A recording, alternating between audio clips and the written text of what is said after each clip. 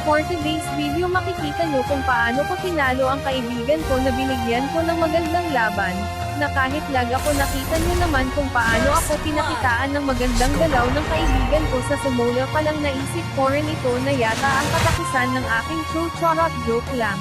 Napatay niya ako ng 2 beses kaya naisipan ko na humanap na lang ng paraan kahit lag ako, logo na ako sa minions pero dinaan ko pa rin sa pamamaraan.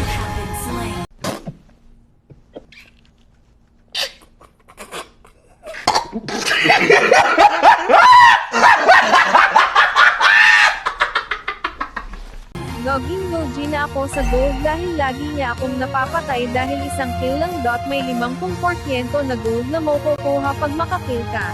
Ito pa masakit sa laro na hindi ako makagalaw dahil lag nga ako pero napakitaan ko siya ng freestyle na hindi niya makakalimutin. You know what? Alright. Maybe they said cringy so that like it's probably like fucking PT scary. Let's click on it.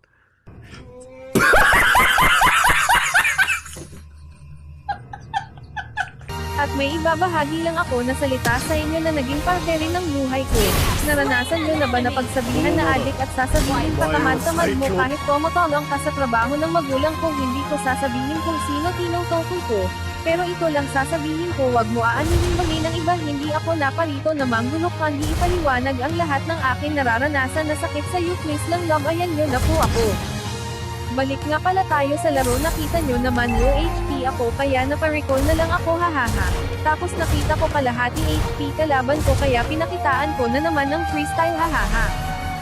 Hanggang dito na lang voice over, kung hintayin nyo na lang ang susunod na mangyayari.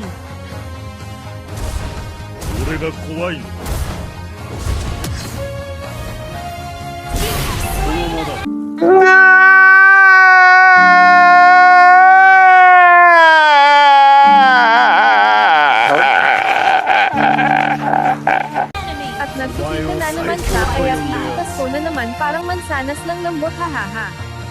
Hanggang dito na lang voice over, kung hintayin nyo na lang ang susunod na mangyayari. Wipe out.